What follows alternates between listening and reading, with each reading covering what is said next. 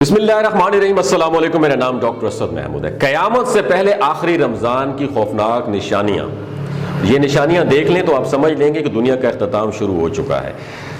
دوستو، قیامت یعنی دنیا کائنات کا پوری طریقے سے فنا ہو جانا ایک ایسی حقیقت ہے جس کے بارے میں آج تک کسی کو کوئی ڈاؤٹ نہیں رہا، یہاں تک کہ اللہ کو نہ ماننے والے یعنی ملحدین اور اس دنیا سے محبت کرنے والے اور کسی خدا کو بھی نہ ماننے والے یہ بات جانتے ہیں اور مانتے ہیں کہ ایک دنیا یہ تباہ ایک دن ایک دنیا تباہ و برباد ہو جائے گی اور سب کچھ ختم ہو جائے گا، چاہے وہ سب سائنسی طور پر پیشن گوئی کر کے کیوں نہ مانتے ہوں کہ سورج کا ایندھن ختم ہونے پر قیامت آ جائے گی اور زمین ختم ہو جائے گی، لیکن اس بات پر ان کا ایمان ہے کہ دنیا میں آنے والی اس قیامت سے بچاؤ ناممکن ہے۔ دوستو، بحیثیت مسلمان ہم اور دیگر اسمانی مذاہب جیسے کہ عیسائی اور یہودی بھی اس بات کو تسلیم کرتے ہیں اور یہ ان کے ایمان کا حصہ ہے کہ قیامت آئے گی اور یہ سب کچھ ختم کر دیا جائے گا اور سب کا حساب و کتاب بھی ہوگا۔ آج کی اس ویڈیو میں ہم آپ کو بتائیں گے کہ نبی کریم صلی اللہ علیہ وآلہ وسلم نے قیامت کی آمد سے متعلق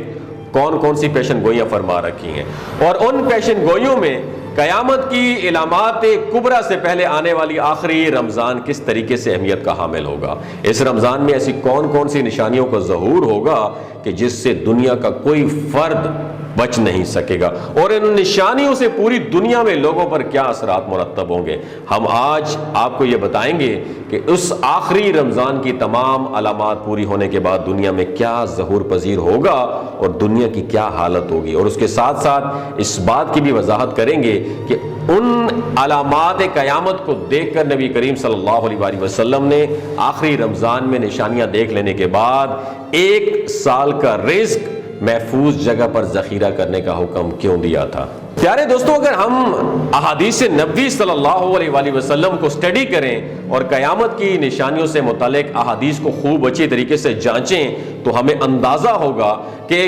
علامات قیامت 3 طرح کی ہیں۔ ایک وہ علامات ہیں جو قیامت کے آنے سے بہت عرصہ پہلے ظہور پذیر ہوں گی، اور کچھ علامات وہ ہیں جو قیامت کے آنے سے کچھ عرصہ پہلے ظہور پذیر ہوں گی، جنہیں علامات صغریٰ کہا جاتا ہے۔ اس کے بعد کچھ علامات ایسی ہیں جو بہت بڑی بڑی علامات ہوں گی جن سے قیامت کا وقت نزدیک آ جائے گا، انہیں علامات کبریٰ کہا جاتا ہے۔ دوستو،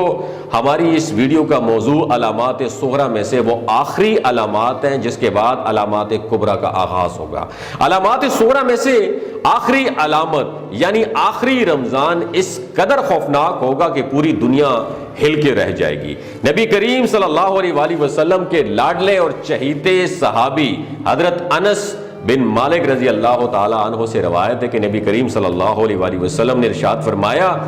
کہ قیامت کے نزدیک دنیا بھر میں زلزلوں کی کثرت ہو جائے گی اور تب ہی آخری علامت یعنی اس آخری رمضان کا ظہور ہوگا جس کے بعد علامات کبریٰ کا آغاز ہو جائے گا۔ اس سلسلے میں حضرت نعیم بن حماد رضی اللہ تعالی عنہ سے روایت ہے کہ نبی کریم صلی اللہ علیہ وآلہ وسلم نے ارشاد فرمایا کہ امام مہدی علیہ السلام کے ظہور سے 1 سال پہلے کا رمضان اپنے آپ میں بہت نشانیاں لیے ہوگا۔ اس آخری رمضان میں ایک بے حد خوفناک اور ہیبتناک آواز دنیا بھر کے لوگ سنیں گے اور سب پر اس آواز کا اتنا ڈیپ امپیکٹ پڑے گا اور سب پہ اس کا اثر جو ہے نا وہ الگ الگ ہوگا۔ نبی کریم صلی اللہ علیہ وآلہ وسلم نے ارشاد فرمایا کہ اس آواز کو سن کر 70,000 افراد بے ہوش ہو جائیں گے اور اس آواز کی ہیبت سے 70,000 افراد اندھے ہو جائیں گے اور اس کے ساتھ ساتھ اس آواز کی وجہ سے 70,000 افراد اپنی سماعت کھو دیں گے اور بہرے ہو جائیں گے۔ 70,000 لڑکیوں کی کنواریت زائل ہو جائے گی اور اس کے بعد پھر کیا ہوگا؟ سورج گرہن ہوگا۔ تو جب تم ان علامات کو پاؤ تو اپنے اپنے گھروں میں 1 سال کا رزق اٹھا کر ذخیرہ کر لینا کہ اس رمضان کے بعد دنیا بھر میں جنگ و جدل اپنی انتہا پر پہنچ جائے گی۔ صحابہ کرام نے نبی کریم صلی اللہ علیہ وآلہ وسلم سے سوال کیا کہ یا رسول اللہ صلی اللہ علیہ وآلہ وسلم، یہ آواز رمضان کے مہینے کے کس حصے میں آئے گی؟ اس پر نبی کریم صلی اللہ علیہ وآلہ وسلم نے جواب دیا کہ وہ جمعہ کی رات ہوگی اور نصف رمضان ہوگا جب یہ آواز سنی جائے گی۔ اس آواز کے ظاہر ہونے کے بعد اور لوگوں کے سننے کے بعد کچھ دن میں ہی رمضان کے مہینے میں سورج گرہن ہوگا، اور اس سورج گرہن کے بعد آسمان ستون کی طرح ایک نہایت چیز روشن ظاہر کر دے گا، جسے پوری دنیا کے لوگ دیکھیں گے، لیکن نہ تو اس روشنی کے ماخذ کا پتہ لگایا جا سکے گا اور نہ ہی اس ہیبت ناک آواز کے بارے میں انسان جان سکیں گے کہ یہ آواز آئی کہاں سے ہے۔ اس علامت کے بعد ملک شام میں شدید خون ریزی اور مسلمانوں کا قتل عام شروع ہو جائے گا، اور اس کے ساتھ ساتھ خراسان سے کالے جھنڈے بھی نکلیں گے۔ جب خراسان سے کالے جھنڈے نکلیں گے تو پھر میری اولاد میں سے امام مہدی کا ظہور ہوگا۔ دوستو، بہت سے لوگ کہتے ہیں خراسان ایران کا علاقہ ہے، اور بہت سے لوگ کہتے ہیں کہ خراسان افغانستان کا علاقہ ہے۔ اس کے بعد میری اولاد میں سے امام مہدی کا ظہور ہوگا، جو تمام مسلمانوں کے ساتھ مل کر کفار اور مشرکین سے جنگ کریں گے۔ صحابہ کرام نے دریافت کیا کہ یا رسول اللہ صلی اللہ علیہ وسلم، اس آواز سے بچنے کے لیے مسلمانوں کو کیا کرنا ہوگا؟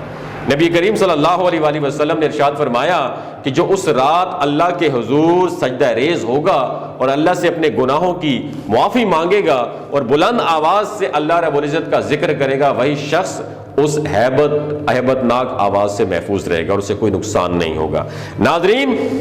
ایک دوسری حدیث میں حضرت عبداللہ بن مسعود رضی اللہ تعالیٰ عنہ سے روایت کیا گیا ہے کہ اس آخری رمضان میں سنے جانے والی اس ہیبت ناک اور خوفناک آواز سے وہی لوگ محفوظ رہیں گے جو بآواز بلند یہ ذکر کریں گے کہ پاک ہے وہ ذات جس نے پوری دنیا کو پیدا کیا اور اس میں کسی بھی قسم کا کوئی عیب نہیں ہے۔ یعنی یہاں پر سبحان اللہ کے آواز بلند کرنے کے ذکر کی بات ہو رہی ہے۔ پیارے دوستو،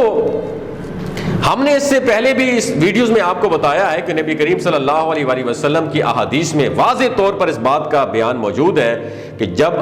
حضرت امام مہدی علیہ السلام کا ظہور ہونے والا ہوگا تب ملک شام میں مسلمانوں پر جنگ مسلط کر دی جائے گی اور مسلمانوں کا خون پانی سے بھی زیادہ سستا ہو جائے گا۔ اسی وقت خراسان کے علاقے سے کالے جھنڈے نکلیں گے جو دمشق پہنچنے پر حضرت امام مہدی علیہ السلام کے لشکر میں شامل ہو جائیں گے، اور پھر ہر مومن اور مسلمان جس کے دل میں ایمان پوری طرح سے موجود ہوگا وہ حضرت امام مہدی علیہ السلام کے ان جھنڈوں کے نیچے کفار اور مشرکین سے جنگ لڑیں گے۔ ایک حدیث نبی صلی اللہ علیہ وآلہ وسلم میں ارشاد فرمایا گیا کہ اس جنگ کے بعد اسلام پوری دنیا پر غالب آ جائے گا اور دنیا کا کوئی بھی کچا یا پکا گھر ایسا نہیں ہوگا جہاں پر اسلام انٹر نہ ہو جائے، اور پوری دنیا میں صرف و صرف کون بچیں گے؟ مسلمان بچیں گے۔ حدیث نبی صلی اللہ علیہ وآلہ وسلم سے یہ بات واضح ہوتی ہے کہ مسلمانوں کی عظمت کا یہ دور جو حضرت امام مہدی علیہ السلام اور حضرت عیسیٰ علیہ السلام کی سربراہی میں شروع ہوگا، یہ کئی سال تک جاری رہے گا۔ اس کے بعد حضرت امام مہدی علیہ السلام اور حضرت موسیٰ علیہ السلام تبھی موت پا کر اللہ تعالیٰ کے حضور پیش ہو جائیں گے، اور ان کے جانے کے بعد ایک بار پھر سے مسلمانوں کے درمیان اختلافات اور بدعات نکلنا شروع ہو جائیں گی۔ آہستہ آہستہ مسلمان ایک بار پھر راہ ہدایت سے بھٹکتے چلے جائیں گے۔ اس کے بعد اللہ تعالیٰ ایک دھواں اور ایک ہوا دنیا میں بھیجے گا جو پوری دنیا میں موجود مسلمانوں اور مومنین کو بیمار کر کے انہیں اللہ کے حضور بھیج دے گا۔ اس کے بعد پوری دنیا میں اللہ کا نام لیوا کوئی ایک شخص بھی باقی نہیں رہے گا۔ حدیث میں ارشاد ہے کہ اس وقت اسلام اجنبی ہو جائے گا اور اللہ کے نام کو جاننے والا پوری دنیا میں کہیں بھی موجود نہیں ہوگا۔ یہی وہ لوگ ہوں گے اور نسل انسانی کے وہ بدترین لوگ ہوں گے جن پر قیامت قائم ہو جائے گی۔ نبی کریم صلی اللہ علیہ وآلہ وسلم کی روشن احادیث میں یہ بات واضح طور پر بیان کی گئی ہے کہ قیامت بھی محرم الحرام کے مہینے میں آئے گی اور وہ بھی جمعہ کا دن ہوگا۔ قیامت کی ہیبت اور ہولناکی بے حد شدید ہوگی اور اس سے فرار حاصل کرنا